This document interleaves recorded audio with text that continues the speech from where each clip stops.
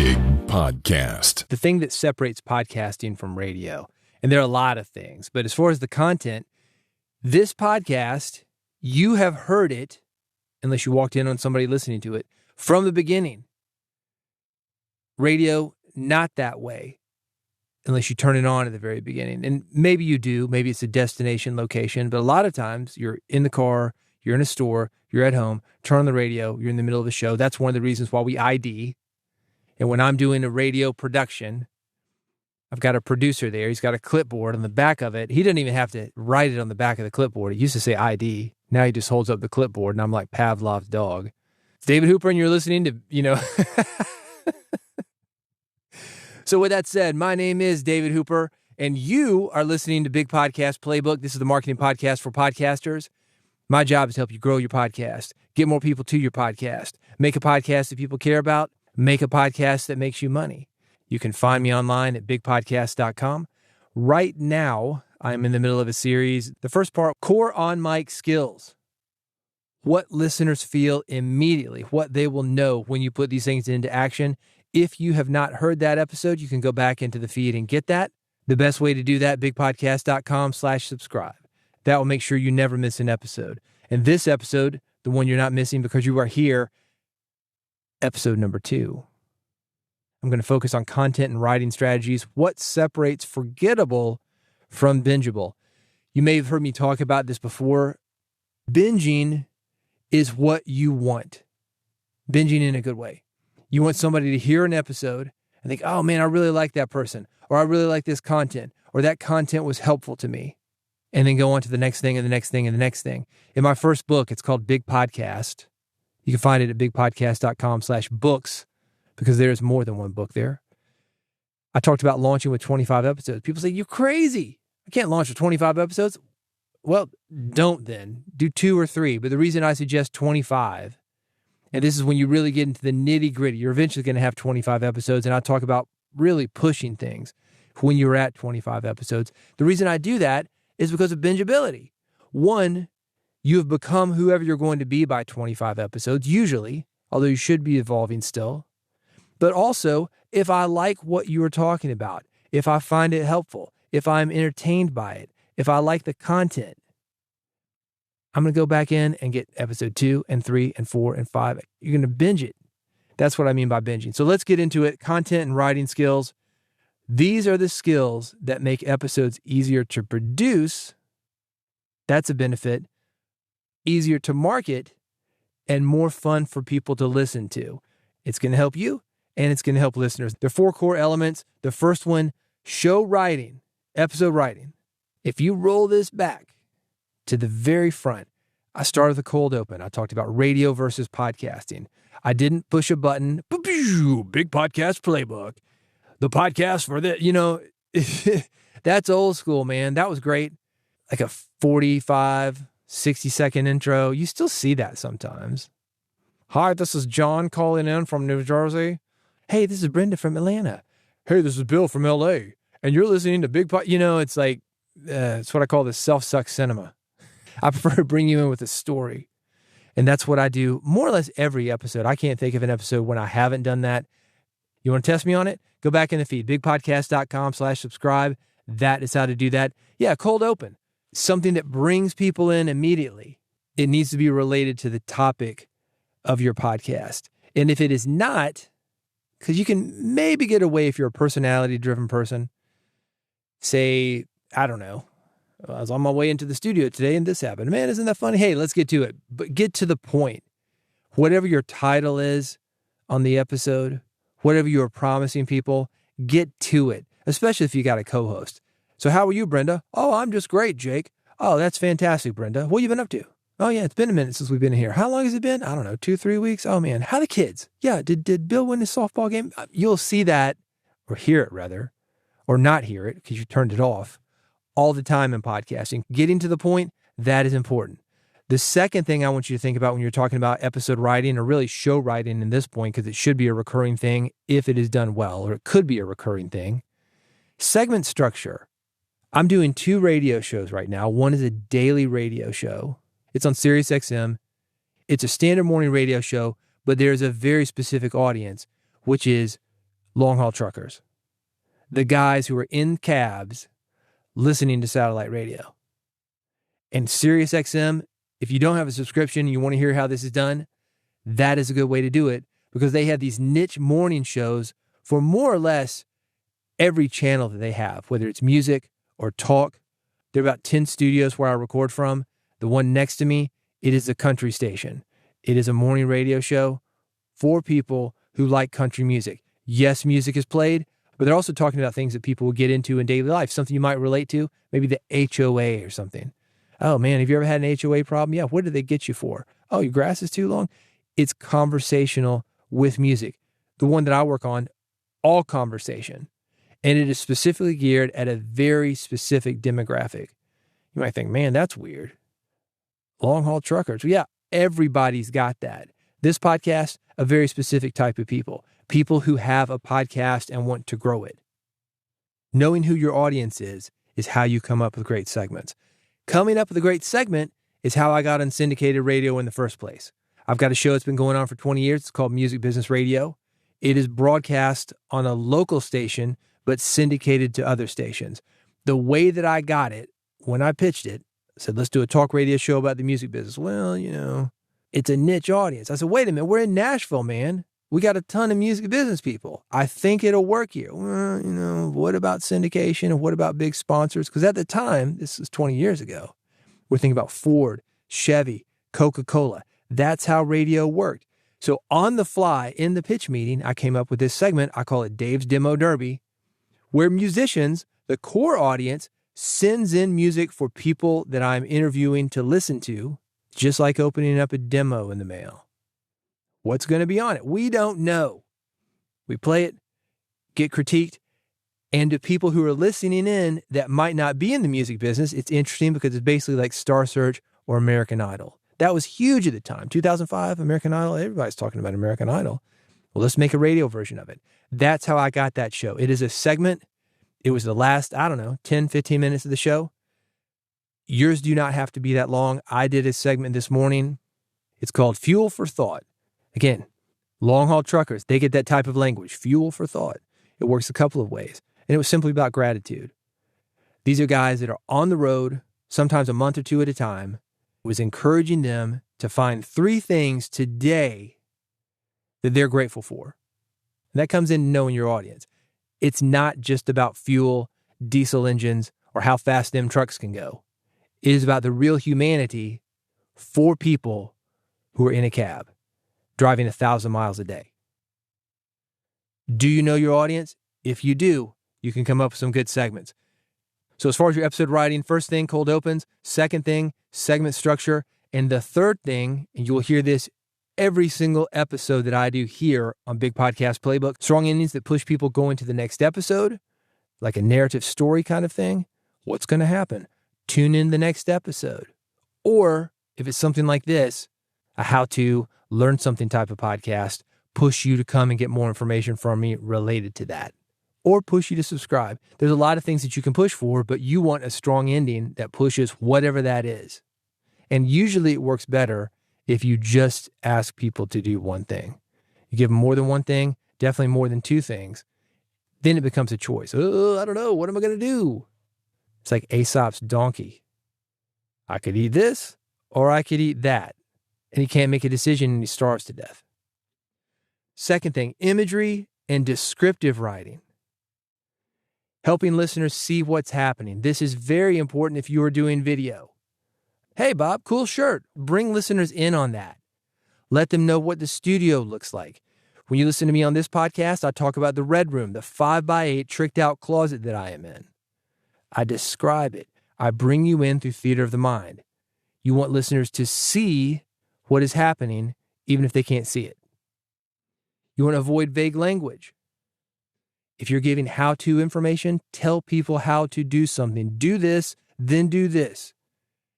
The truth of the matter is, and I'll use the topic that may be the reason you came here, probably you want to grow your podcast audience, get more people to your shows, make more money with your podcast. If you were to come to me and say, well, what do I do next? I would say, it depends. I don't know. We got to talk a little bit. It's always, it depends. However, you don't want that. You want something specific. So avoid vague language. Again, bring people in, let them know what is happening. Be specific. It's not just a tricked out closet. It is a 5x8 tricked out closet. It is not just a 5x8 tricked out closet. It is full of sound paneling, foam, blankets, a microphone, rack gear with a bunch of blinky lights. Get specific. Do not be general. That's number 2, imagery and descriptive writing. When you were coming up with your episode writing, your show writing, your segments, be descriptive. Help listeners see what is happening, even though they can't see it. Speaking of specifics, let's talk about your headline and title writing. You want episode titles that earn the click, not just grow your podcast. Make it something like these spam ads you see. 5 ways to grow your podcast. You'll never believe number 4. It's not just grow your podcast. It's 5 ways. Oh, you'll never believe number 4? I've got to look at that one. I'm working on a brand new book right now. It is a podcast launch plan. I have a list of segments from an adult-oriented podcast. When I say adult, I'm not saying pornography, although some of the segments, we'll get to those in a minute. But it's a podcast meant for adults, specifically gay men. A very specific audience, right? And there's a list of 20 segments that these guys do. These segments earn the click. They are edgy. They are specific. They are what this audience likes. Is everybody going to like it? No. It is not for them. In fact, when I listed these things in the book, and I had an editor look at this book, he said, man, this book goes from professional to like, I don't even know what this is very quickly. You're going to agitate some people by putting this in. I said, well, I guess so. I put a disclaimer on it. If you want to clutch your pearls and get upset about things, pass this up. Skip this section. This is not for you. But this is something that is working for these guys, and it will work for you if you're not going to get offended by the details and can see, oh, well, these guys are doing this. I can do something similar. I'm just going to transpose it a bit. When I was doing music promotion, I worked for this band called Lords of Acid. And if you're an old school club kid, these guys were big in the 90s. I don't know. They're still out there, I guess. Overseas guys, not Americans, but they did well in the United States in the 90s. It was edgy, made for the clubs. I think maybe they had a radio hit called Crab Louse.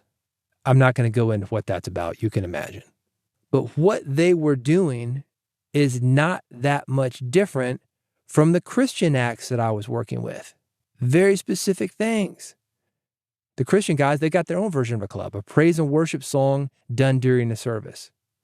Everyone's up dancing, got the tambourine going, clapping the hands, feeling the spirit. It's not that much different than a club. You got to be able to see the similarities, though. And the similarities, they're not on the surface. They're under the surface. That's why I mentioned the country station. That's why I mentioned the trucking station. That's why I mentioned the music business show that I did. It's all the same. It's episode titles, segments, your descriptions that earn the click. And how do you earn the click? You get specific, dialing into exactly what your listeners want. When's the last time you talked to a listener? I mean, really talked. Sat down on the phone, sat down face to face, 30 minutes, an hour maybe. And how many times have you done that? You need to be doing that often. A side note, there is a difference between clever and clear. I talked about this in the first book.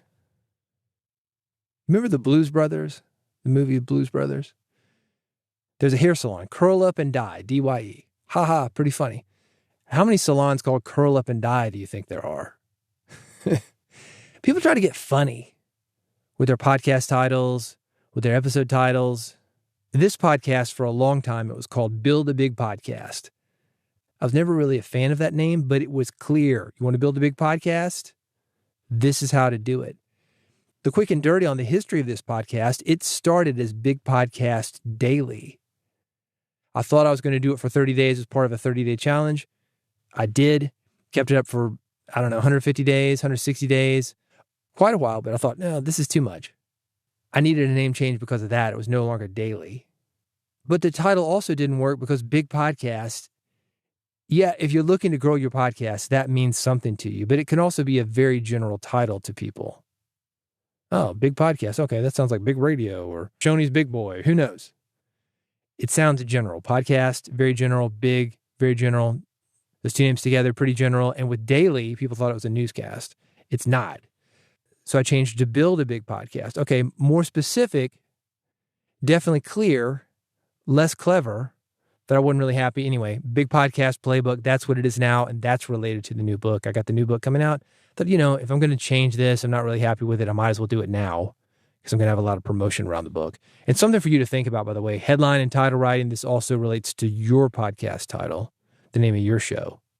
Don't be clever, be clear, and have something that earns the click. Hopefully, when you're listening to this, I'm talking about Big Podcast Playbook, or in the past, Build a Big Podcast, and I'm giving you some stuff that you can do to grow your podcast audience. Earn the click. Final thing related to your content and writing skills, what separates the forgettable from the bingeable, audience framing, knowing who your audience is for. Let's go back to the segment I mentioned earlier, fuel for thought. Yeah, it's clever. It's pretty clear when you get into it what these guys are talking about when I bring them in. But it's for a very specific audience. I wouldn't call it fuel for thought with you. I would probably call it food for thought. The examples they are giving, pick 3 things that you're grateful for. Again, that's what we talked about in the latest one that I aired. She talks about being in your cab driving, thinking about 3 things that you are grateful for. That is very specific language. We know where the audience of this show is. And we know this because we talk to them every day. It is primarily a call-in show. People call in from their cabs. And you're thinking, a cab? What is that? That's a tractor, man. That is the front of a tractor trailer. They call it a cab. Very specific language. They know what it is. Do you know what it is? Does it sound confusing? It doesn't matter. That show is not for you. And that is what you need to think about. You're not trying to explain it to everybody. You're trying to be connected to your listeners. And the way you do that is by using the language that your listeners use. That's how we know who's an insider and who's an outsider. It is the language that we use. As a podcaster, you probably know the difference between a dynamic and a condenser mic. You probably know what an RSS feed. Maybe you know what compression is. You know what an interface is. And if you don't, you will, by the way. These are very common podcasting terms. When you hear me say them, if you know them as a podcaster, you know that I'm an insider, also a podcaster.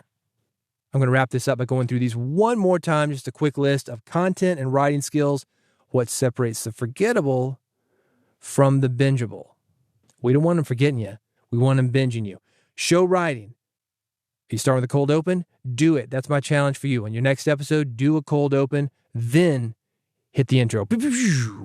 Hey, it's Bob from LA. Hey, it's Brenda from Atlanta. Cold open. You don't need the fancy production. That is not where podcasting is right now. If the fancy production comes back, you've got it. If you want to do the fancy production, great. But you'll notice with this podcast, here's what I played. Big Podcast. Kind of fancy, maybe. It's what I would call a tag. It lets you know what show you're listening to, but I'm right into it, man. Big Podcast, that's it.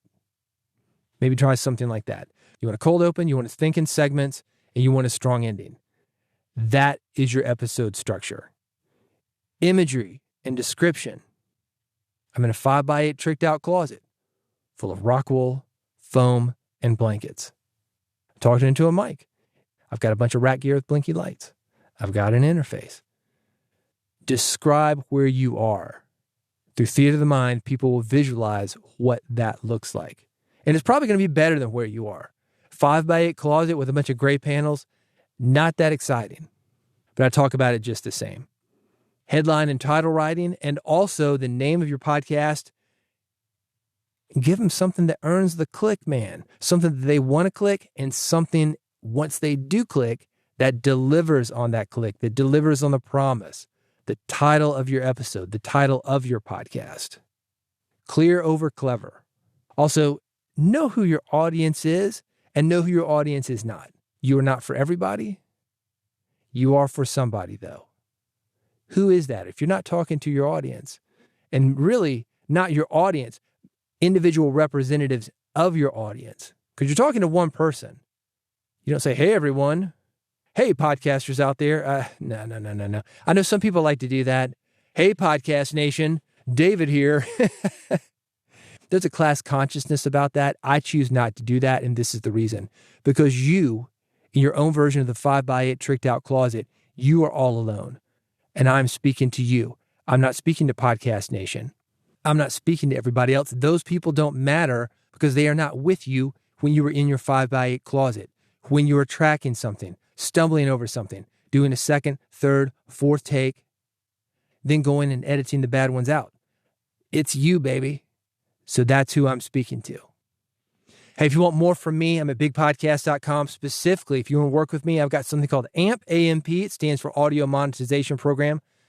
I mentioned this a little bit earlier. I live and breathe and sleep and eat radio, podcasting, audio content. If you want the inside scoop on that, you want to work with people who are just like you, that excited about doing it. And give your spouse a break. You'll have somebody to speak to so you don't have to talk to him or her. I got you, man. Bigpodcast.com/amp. That's bigpodcast.com/AMP. And let me wrap this up with what I talked about. A tease, man. This is a 6-part series. I'm on part 2. Coming up next, I'm going to be talking about production skills. What keeps you independent? That's you being able to get your message out without worrying about other people getting involved with your podcast. After that, I'm talking about show management, booking, growth and marketability skills after that. And finally, wrapping it up, talking about your sustainability, the things that will keep you going. And if you want to flip that, keep you from quitting. Because that's what happens with a lot of podcasters. We get burnout. Been there. I know how that is. I'll be talking about it to make sure that you don't burn out. You can have a sustainable podcast. And not only a sustainable podcast, but one that people care about. You will find all of these episodes if you go to bigpodcast.com/subscribe. That's bigpodcast.com/subscribe. I've got 3 buttons there, one for iPhone, one for Android, one is an old-fashioned RSS feed. And the only reason I mention that is because you, not Podcast Nation, you are a podcaster and you know what that is. I would not talk to truckers or musicians about RSS feeds. But you're an insider, baby. So go there right now before you forget, bigpodcast.com/subscribe. Get that RSS feed or click on the iPhone button or click on the Android button. I got you, man. However you want to get it, I don't care. I'm not going to make a judgment. I'm there with whatever you need. Bigpodcast.com/subscribe. Have you been there yet? If you haven't, go there now, and I'll see you on the next episode of Big Podcast Playbook.